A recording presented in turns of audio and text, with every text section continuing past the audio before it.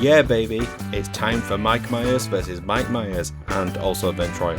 So get ready for the most randy, the most shagadelic, the most mojo-filled episode of that song from that movie.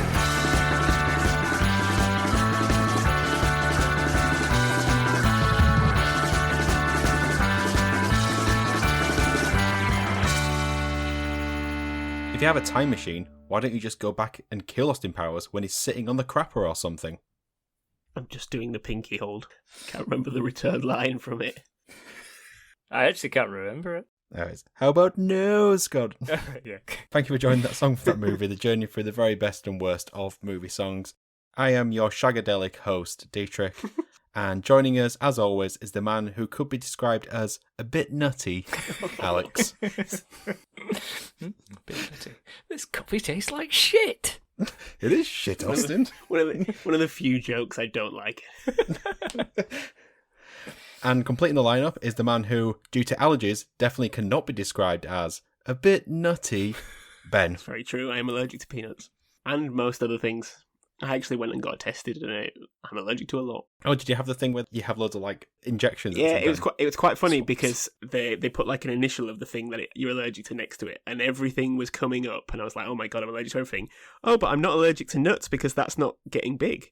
And then when I went in the room to see the doctor, and he said, oh no, it's actually so swollen that it's gone around my arm, so I couldn't see it anymore. He was saying it was the biggest allergic reaction he'd seen in months. I was looking at all these little small dots on my wrist, and I was like, oh, there's nothing there. And he like turned my arm round, and it's just this like bubo of a thing on my arm. Is it basically you have so many allergies, it's like Mr. Burns trying to push all the things through the door at the same time? I am invincible. I would like to know, in the past fortnight, what have you been watching? Austin Powers. Did you actually? No, I didn't actually, no. I was about to say. I know you better, Alex. You wouldn't do research. Nope. Surely it's been long enough you've actually seen a film, though. Yeah, I've seen quite a lot of films since we last spoke, but I'm trying to remember what they all were. I've been to the cinema. You go first, Steve. I went to see Mickey 17. Oh, yeah. And? I enjoyed it. Director Bong. Well, it was a guaranteed bomb, given how much money they spent on it. Bong's bomb. Maybe. But I enjoyed it. It's definitely not his best work, but I thought it was a good film. Maybe a little bit long in places. I like Snowpiercer, but generally, I think he's better in Korean. Like the humor. I think the physical humor of like Korean films are a bit better than they don't translate. I think as much to his Western stuff. Yeah, well, I feel like this was, although it is like a westernized film, I feel like it's almost a send up of Western sci-fi films. Okay. I don't know if that's been picked up by some of the people who reviewed it. Maybe. Or I'm giving him far too much credit. I mean, you can give him credit. He probably created one of the greatest films of all time. Okja. Yes, Okja. I think it might be the most traumatized I've been after a film. I would recommend seeing it whilst it's in cinemas before it's on demand in like 10 minutes time. Everything's on demand right now. What about you guys? What have you seen? Well, speaking of being traumatized after seeing a film, The Substance. What's that? What kind of a weird film is that? I don't think I've seen a film where I actually was almost sick. Like I saw it on Halloween in quite like a big group, and I'd had a lot of popcorn, but I actually felt like I was going to vomit at points. Yeah, that's praise as well. Yeah, I'd say it is praise. I'd say the film didn't really say anything interesting, but it was interesting to watch. So yeah, I would recommend. Well, I watched Conclave as well. Yeah, I watched Conclave. Yeah, not much substance to it, but it was a fun watch as well. So my takeaway basically from the Oscar films I've seen is not much substance, except for the substance. Yeah. And what else did I watch? I also watched All of Us Strangers. That's a traumatic film as well. Oh, you finally watched it? Yes. Oh, yes. It's got a good use of song. It does have good use of song, yeah. Christmassy as well, vaguely. Yeah, I suppose. It's a Christmas song. And that's why we're covering it this episode. Sorry, guys, it wasn't actually an Austin Powers episode. We've lured you in because the crossover between those two films are huge. I'm sure there's something for us to figure out. It's on Disney Plus, D. You are right to assume I've not seen it. Yeah, well, we will definitely do it. Have you seen anything, Ben? I watched Flow, which is a very, very good animated film. The one that won the Oscar. Oh, about the cat. About the cat. And I started watching Electric State, and I won't go back to watch Electric State. Hey, I've not heard good things. No. We have 5 seconds to just, as well, even though it's not a film, to just say how amazing Adolescence is and that everyone should watch it. Oh my god, I've watched the first 2 episodes last night. Helen's really cross because she wanted to watch the second 2 tonight. Oh, we're down. I'm doing this. It might be the best TV I've seen in my life. Yeah. No spoilers, but episode 2, there is a running sequence which is not very good. But other than that, it is an amazing show. Oh yes, yeah, but you mean because you can tell he's not he's slowing down because on they're purpose. not running, they're jogging. It really bothered me. I was like, why are they jogging? But anyway, it is amazing. Best episodes to come. Yes, that's what I've heard. Get it watched. It's harrowing, but get it watched. This time, we are jumping in a time-travelling Volkswagen to meet Austin Powers, the Spy Who Shagged Me, and its accompanying hit, Beautiful Stranger by Madonna. So to find out what's happening in the world when the movie came out. Time for some history. I'm sorry, did you call it the Volkswagen? I didn't know. Well, that's like one of the running jokes from as early as our childhood had, of trying to think of other car brands that could have been like the Jaguar. And the only thing we could ever actually come up with was the Volkswagen. But they don't even use it in the film. No, I know, but that's why I think it was the only clever thing that we've ever come up with in our lives. Was the Volkswagen. Anyway. Films were better in July of 1999, weren't they? We're about to find out, I guess. List them. Quick out of 5 ratings for these films. Okay. The Iron Giant. I mean, 5. Oh, 5. 6.6 out of 5. Exactly. Deep Blue Sea. I mean, we've already covered it on this. 5. Muppets from Space. 3. Yeah, it's not one I'm really familiar. If you said Muppets Treasure Island, it would have been 5. But well, I can't force it into July 1999, Alex. I know, it's a shame. This might be the biggest of the bunch. Inspector Gadget, the live action. Absolutely 5. As in the first one? Yes, as in the first one. Yeah, okay, 5. Is there a sequel? Yeah, I think is. there was a sequel, yeah. American Pie. 5. 4. And the final one I will go with is Lake Placid. Do you remember Lake Placid? Not really. 5. It was of a time where they just kept taking like slightly threatening animals and being like, what would happen if we made them big? Like that movie Anaconda. Yeah, like About an Anaconda. Yeah, there was another one from this time. I forget. It was called like 8-legged freaks. Where 8-legged freaks. Yes, David Arquette's magnum opus. Is that saying something about 8-legged freaks or David Arquette's discography? I don't know. Anyway, Austin Powers: The Spy Who Shagged Me also came out in July of 1999. For the unaware, this is the second instalment in the Austin Powers series, following Austin Powers' International Man of Mystery, and before what probably is the best of the 3 in Austin Powers Goldmember. The film stars the likes of Mike Myers in multiple roles, alongside Heather Graham, Michael York, Robert Wagner, Vern Troyer, among many others, including several great famous cameos. There are some fantastic cameos in this film. If you don't know anything about Austin Powers, what the hell are you doing? But it kind of acts as a rompy spoof of the James Bond archetype. And in this sequel, Austin Powers, the famed British secret agent / photographer / sex symbol, he has to contend with the fact that Dr. Evil has travelled back in time and stolen his mojo, which in the film is represented by a disgusting looking liquid, depriving Austin of all the qualities that make him an effective spy. I know we all love the Austin Powers series. Similar to Dee, you once mentioned on this podcast that in school we obviously have to have our Monty Python lessons. There's an upgraded version once you hit 6th form where it has to be Austin Powers. Yeah. But yeah, give me your thoughts. So I hadn't watched the Austin Powers movies since probably around the time we left 6th form, so that's going back a bit now. We all loved them back then, and I was very worried about how these movies would have aged all these years later. And I have watched it in anticipation of this. I actually watched it on the bus to and from Ellen Road Park and Ride over the course of a few days. Oh. So I'm going to apologise to all the people that were sat next to me thinking, who's this weird person watching Austin Powers at 7 a.m. on a Tuesday morning? You mean they're jealous, Dee? They were jealous. Yeah, jealous, definitely. In terms of the franchise as a whole, I think all the three movies basically blend into one big blob, like a shagadelic blob of a movie. I couldn't remember really which bit was in each movie unless it was specifically regarding one of the sidekicks per each film. Mm-hmm. So I was apprehensive watching this one, and whilst it's not perfect, it still made me laugh and I still enjoyed it.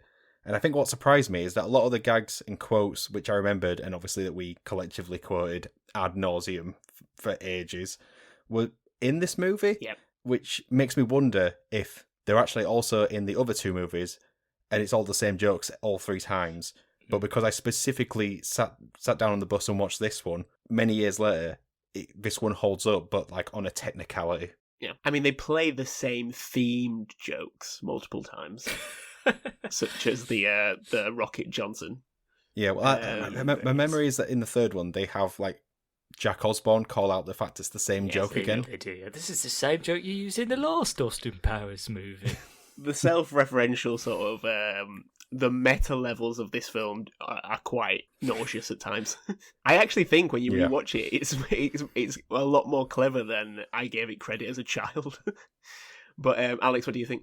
I was the same though.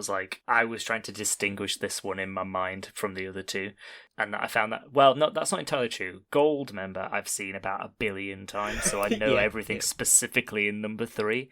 The other two I've seen less frequently, although still a lot, but I find them more difficult to separate. Like I remember there's a space sequence in this one at the end. I remember obviously this one has Heather Graham in it, and the first one had Liz Hurley. Yeah, it was Liz Hurley. But that is Who's about technically in this one. Yes, Yeah, at the beginning, yeah. She was a fembot. Yes, we were aware the whole time. Anyway. Is Scotty in the first one? He might be introduced in this one, and Fat Bastard is introduced in this one. Fat and not in the first one. Yeah. And Mini-Me might be introduced in this one as well. He is, yeah. He is, yeah. So, like, a lot of the actual main characters you think of in the series are actually in this one. So I think, like, in terms of the 3 films, it's it's odd in the history of Hollywood and cinema for films to get progressively better in a trilogy. But I think that in this instance, they actually do get progressively better. So I would say this is the second best one. But I've watched it occasionally when it's been on, like, ITV2 or whatever, like, segments of it, and been like, I still find this funny. Whether we're embarrassed about that or not, I'm not sure. But I still do enjoy it. There's a weird thing when you go through the cast of this film on Wikipedia. If you hover over Jennifer Coolidge, who's just an NPC in this film, it has a picture of Kanye West for some reason. She's that good of an actress. Oh, she's got range. She has got range. Like, you say about we all probably recall Goldmember more. This sequel came out when we were 8. Yes. Yeah, that was something that surprised me. I saw when this came out, I was like, that's not right. I feel like it came out, all of them came out 5 years later than they actually did. Yeah. Like, just push the whole franchise on 5 years, and that feels right. We were 11 when Goldmember came out, so 11, 12. It was the first 12A film that I saw at the cinema. Really? Do you remember what yours was, Dee? Wasn't the first Spider-Man film Oh, 12A? yeah, no, that you could be right, actually. The first Spider-Man was a 12A. Yeah, but that was why it was really frustrating, because 12A came in when we were about to become 12. Yes. We didn't benefit from it. I think mine was The World Is Not Enough or something like that. Anyway, I do really like this film still. It's the classic kind of spoof, comedy, self-referential, pastiche, homage that I still do enjoy. You know, I guess that's kind of the top of that ladder is films like Airplane still and Naked Gun. But this is, I think it does well to make a franchise in a way, a trilogy, that all of them I still think are very enjoyable, even though they're playing the same beats. My biggest memories of this film as a kid are just seeing the DVD in sort of my dad's DVD cover, and I was like, what the hell is this smut? It says shagged. Like, I don't think I'm allowed to be. I'm not even allowed to look at this. Well, do you remember the adverts at the time would be like Austin Powers, the Spy Who Me? Yeah. Like, it wouldn't say shagged on TV. I think it's a lot more of an offensive word in Britain than it is in America. Yeah. So that makes sense, as this is, you know, an American-produced film. For a guy that's basically made his career out of either doing this accent or a Scottish accent, he's done very well for a Canadian, Mike Myers. Which I think was all I found quite offensive when I learned that he was Canadian. Like, I felt like he was some sort of British production.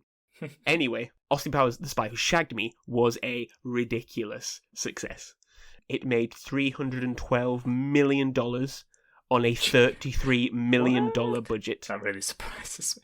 So it earned $55 million in its domestic opening weekend in the States, God. which is more than the entirety of the previous film. It was the third highest grossing movie of 1999. Can you guess what the other two were? Phantom Menace? Phantom Menace was top, yes, absolutely, well done. The Matrix. No, Matrix was a year later, I think.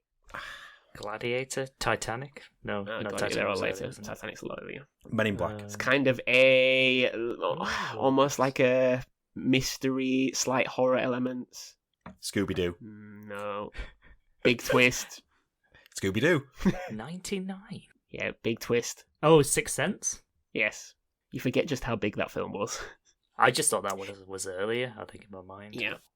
It is the only Austin Powers film to receive an Oscar nomination. Oh my god, what, for score? This film Soundtrack? is Oscar nominated. No, just makeup. It's one of those. Fat Bastards makeup.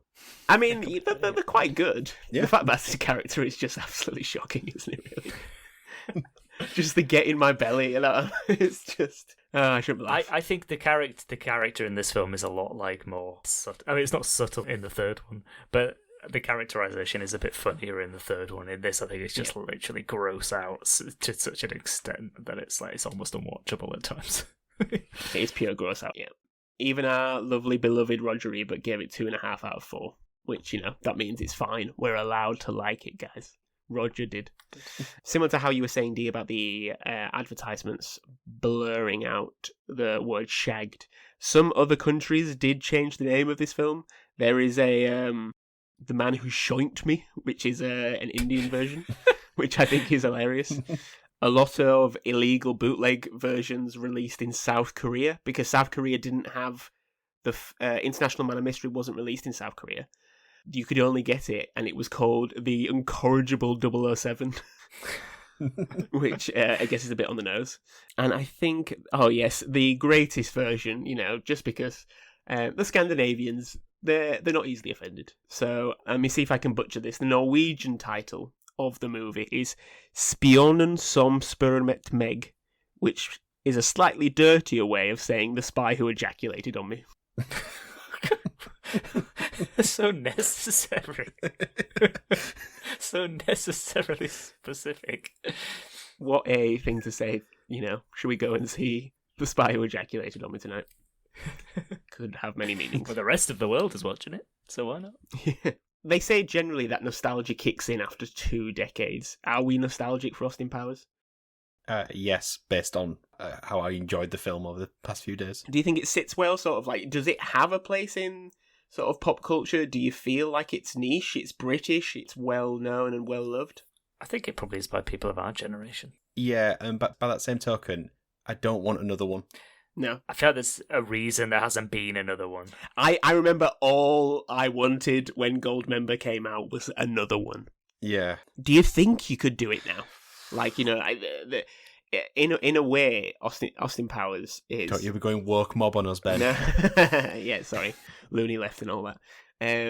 It's the thing of how meta the spoof nature of Austin Powers is, that probably came just before the wave of movies where everything is a callback, because this is a callback to the 60s, which is a time where everyone was trying to live in the moment. And I guess that's the point of the film in a way, isn't it? This one? Yeah. In that Austin hates everything that's going on in the modern age. Or even Dr. Evil just gets annoyed that he can't just be good old-fashioned evil.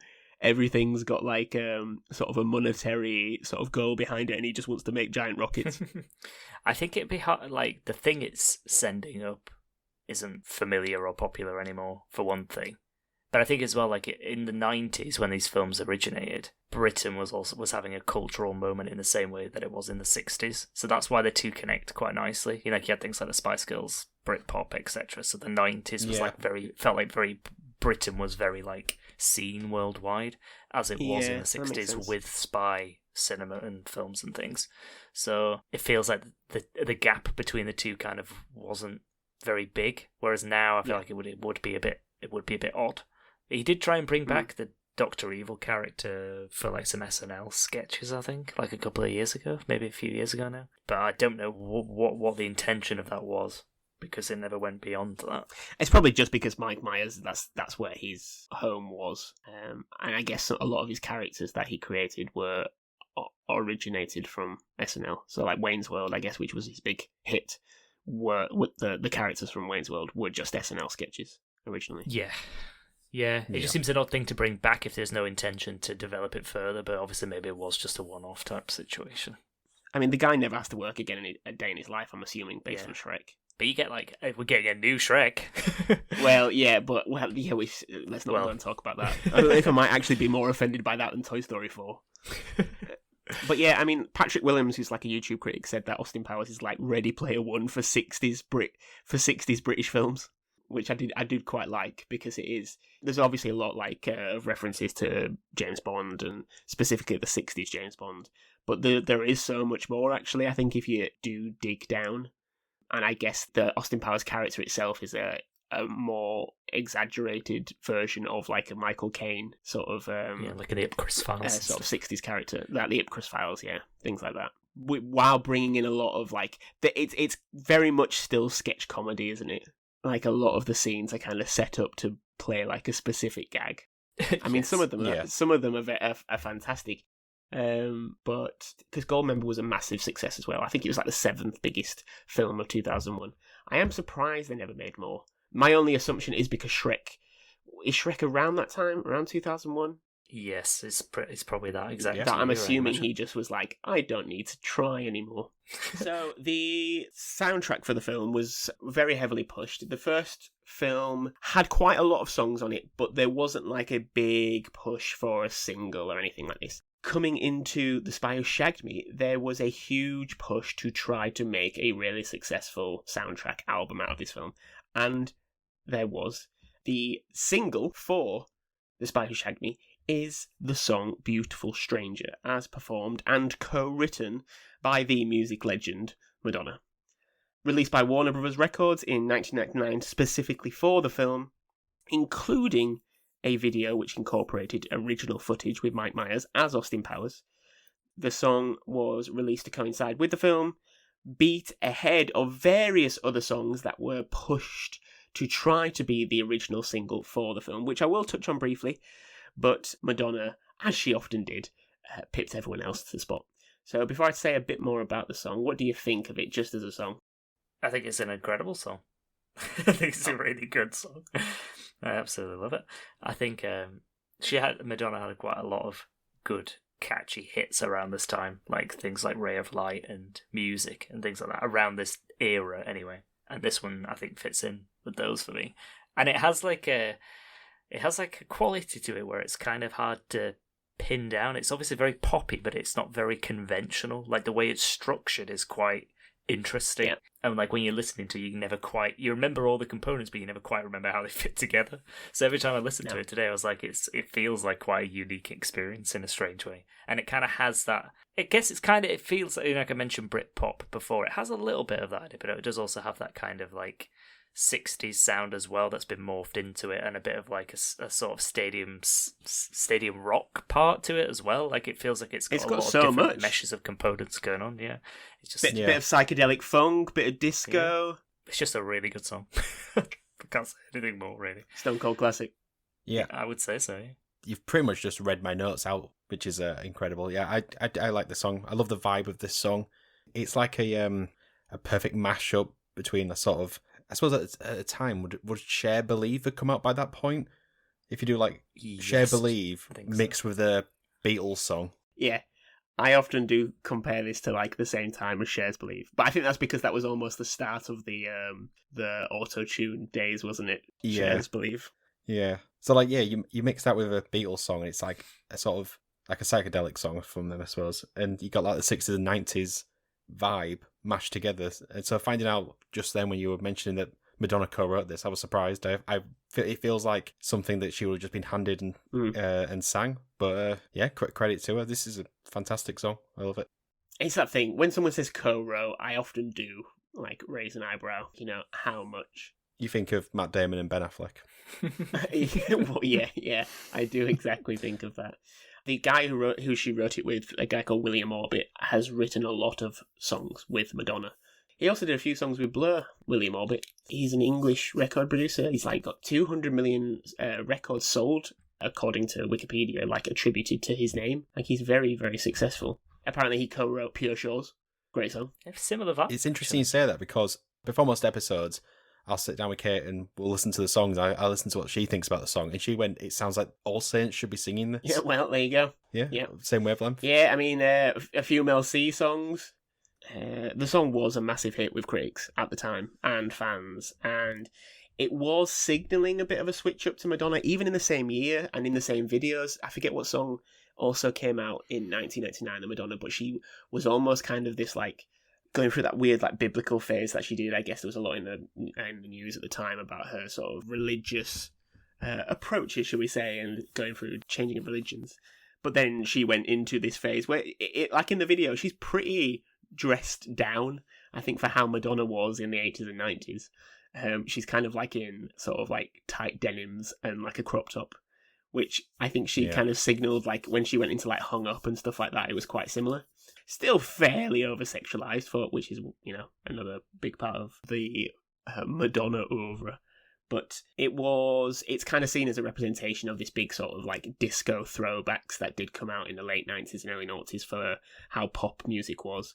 It was a massive charting success across the world. Only got to number 19 in the States, though. Apparently, they just didn't really push it as a single, and it got hardly any airplay. So, yeah, it didn't do great. But another huge part of, and something we just don't really get anymore, is the music video. Have you seen the music video? Do you remember it? Have you watched it recently? I watched it earlier, Yes, and I remembered it from the time as well. It's hard to forget. Is a real, we've got a single 30-minute slot with Mike Myers in costume. We need to get our shit in, feel to this music video, because it's weird that they're sort of only in the car at the same time, and whenever they're doing the dancing on the stage and on the dance floor, they're not together at any point. Even with the wide shots, it's a different person. For a long time, I thought they were not going to be together at all, but then all of a sudden there's the weird bits with the very uncomfortable bits in the car. Yeah, where it's like, Madonna is a trained actress? Are we sure? Yeah. She's an actress. Yeah, it is weird that the video, just getting to dance against a wall with some extras and we'll splice it together in post-production and reuse the same shots like 4 or 5 times. Like there's a zoom into Mike Myers' face where he's like, in awe of Madonna, and they reuse it 4 times in the video. Yeah, I find Madonna very uncomfortable in this video. But, it's kind of aggressive, I think, is the word. It's very sexually aggressive, isn't it? Yeah. There's almost an irony in the fact that apparently the video was directed by Brett Ratner. Brett Ratner, who's quite a well-known director. He directed Rush Hour film series, X-Men Last Stand. Yeah, he's done loads. Did a lot on Prison Break. I mean, I think he's a bit of a piece of shit. A lot of stuff come out about sexual harassment, assaults, and allegations. Long-standing allegations from various people, which seem pretty well founded. Apparently, according to Brett Ratner, Mike Myers was not comfortable with a lot of these scenes as he felt they were too sexual and inappropriate. Apparently, he asked to cut some of the scenes, but Madonna said no. And there we are. The bits in the car are uncomfortable.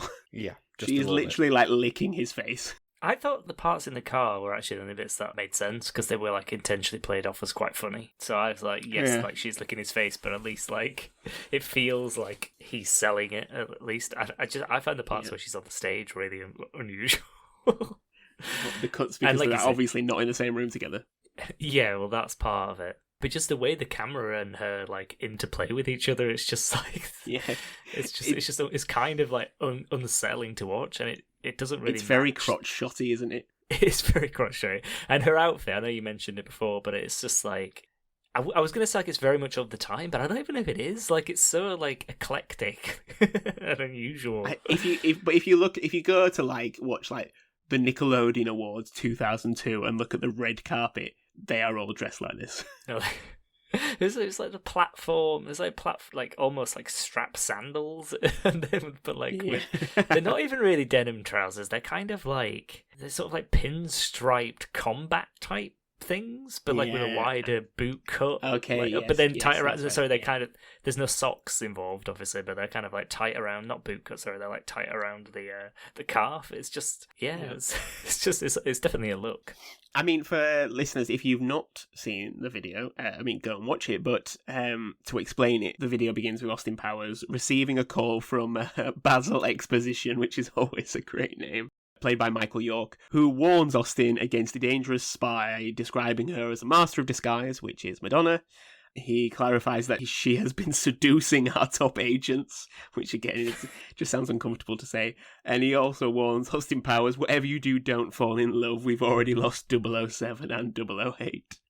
It all sounds very jokey, and I do miss like proper videos like this. Yeah, they've really tried to connect the two things up, and I think this needs to be credit there. As cheesy as it is, at least it feels like the two things are part of the same overall. But apparently, like, there was a big push to have the single for the film be Lenny Kravitz's American Woman, which was a single also released in 1999. And heavily used in the film. And I feel would probably be a good choice as well. I mean, it's a very good song. Yeah. But yeah, I think Madonna, she was of the time where she was probably one of the biggest things in the world. I think she's always going to win if she wants it. I found it weird that one of the track listings on the album is Word Up by Mel B, but she's credited as Melanie G on the album. I don't know why. Why would that be? Weird. Why would she be Melanie G? That is very weird. The Spice Girls already finished by 99. I think they were kind of on and off, weren't they? I can't remember. Anyway, this is not the Spice Girls podcast. Not yet. We should cover Spice World. Oh my god, we should cover Spice World. There's also the Just the Two of Us Dr. Evil remix, which was the Will Smith cover of the Will Smith parody of the Washington Junior classic Just the Two of Us, which is almost a setup for the later Gold member Hard Knock Life version by Dr. Evil, which was done a lot. Which actually also again had an actual video, didn't it? It did, yeah. Yeah. Well, this is another thing where I couldn't remember which one was in which film until it happened. So like, once he started singing Just the Two of Us, and this one was like, oh right, okay, so the other one must be in Gold member. Yeah. Jerry Halliwell left Spice Girls on the 31st of May 1998. Right. How does that fit into the timeline we were thinking then? Yeah, 99 this is 99 the film. But yeah, apparently the battle to be the single of this film was described by one of the Warner Brothers managers as a bloodbath, which sounds a bit of an over-exaggeration. But it did make me think, like, if Madonna, Lenny Kravitz, Mel B, and R.E.M., because Dragging the Line was put forward, it was in a fight, who would win? And I think probably Mel B. Yeah. It's game time. We often do this at the end of an episode. So in this game, Alex and Dee will go head-to-head, trading blows, attempting to name songs by a particular artist that reached high on either the US or UK charts. So what we are going to do is each of them will get to pick 5 songs. Picking a song that hit number 1 in either the US or UK chart will get them 10 points. Number 2 would get them 9 points, and so on. We will pick the highest chart entry in either country to go with, and the total points after 5 songs each will tell us who wins. So today, obviously, because she has a massive catalogue, it's Madonna. Now, Alex won last time. He is 2-1 up in this game, so you will go first. I'm going to go with Like a Prayer first. Okay, Like a Prayer. Big song. Alex? Like a Virgin. Going for all the likes. D, back to you. I'll go Hung Up. Oh, we're going into the noughties. Which is a tune. It's so good. I think might be her best song. It's ABBA's best work as well. Alex? I'll go for Come On, Vogue. Dietrich and DiMaggio. Alex is definitely winning the battle of knowing the early works. All right, well, let's keep that going then. I'll go with 4 Minutes to Save the World. Got 4 minutes to save the world. That was on my list as well. Okay, Alex, your third choice. You only got 4 minutes to get the 4 minutes. I'll go for music. Yeah. Come on then. D, 2 more. Material Girl. Oh, come on. Yeah, that's a good one. Alex? Oh, God. So she has one of her earlier songs was called Holiday. I don't know if it did well, but if you took a holiday, it would be so nice. D, last choice. I'll just go with one of my favourite Madonna songs, La Isla Bonita. Wow, look at D going into the back catalogues. Alex, final one. I don't know how well this did in the chart, but it is an absolute anthem. Ray of Light. And I feel like I just got I love the little renditions afterwards. Okay, now just give me, talk amongst yourself while I work this out. So I'm just going to come out and say that I recently, not recently, like a year ago, went on holiday and the hotel was always playing Madonna songs, and it got me thinking, how many songs does Madonna have? And I ended up listening to Madonna for 3 hours without any repeats, and they were all still great songs. She's got a fantastic back catalogue. And to be honest, I don't even think Beautiful Stranger even played during that time. So I can't believe none of us said keeps going. Die Another Day. Song we've already covered on this podcast. Tune. Oh, there's 1 point in it. Oh my god. There's 1 point in it. Well, D, your total score, Like a Prayer, number 1, 10 points. Yes. Hung Up, number 1, 10 points. Yes. 4 Minutes, number 1, 10 points. Did 4 minutes get to number 1? Yes. What? Yeah, it did. Material Girl, number 2, Oh 9 God. points. Oh, no. Oh, no. La Isla Bonita, number 1, 10 points. Bloody hell. With total of 49. There's no way mine or So mine. Alex needs a So perfect score. mine have to either all Alex. be number ones to win, basically. And there's only 1 point in it, you Yeah, said. there's only 1 point in it. Like a Virgin, number 1, 10 points. Vogue, number 1, 10 points. Oh, my God. Music, number 1, 10 points. Holiday, number 2, 9 points. And Ray of Light, number 2, 9 points. What? The grand total of 48. Oh my god, I can't believe that.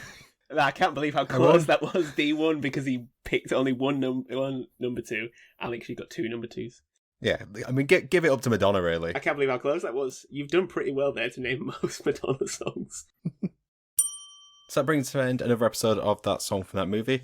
Let us know what you think of Beautiful Stranger and just Austin Powers, the franchise generally, on one of our many, many social media platforms.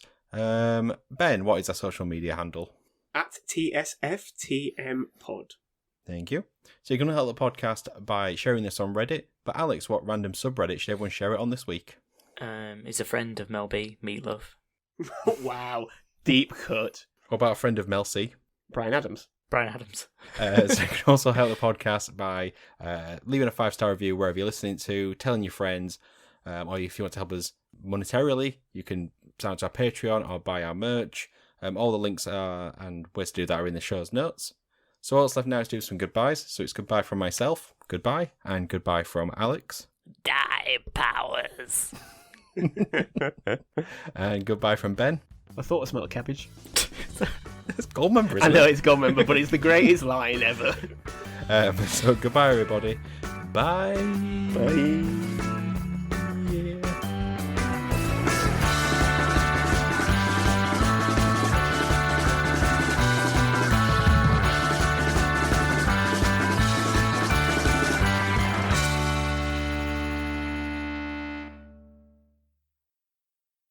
I do love the joke. Took a Viagra, got stuck in my throat, had a stiff neck for weeks. I thank you.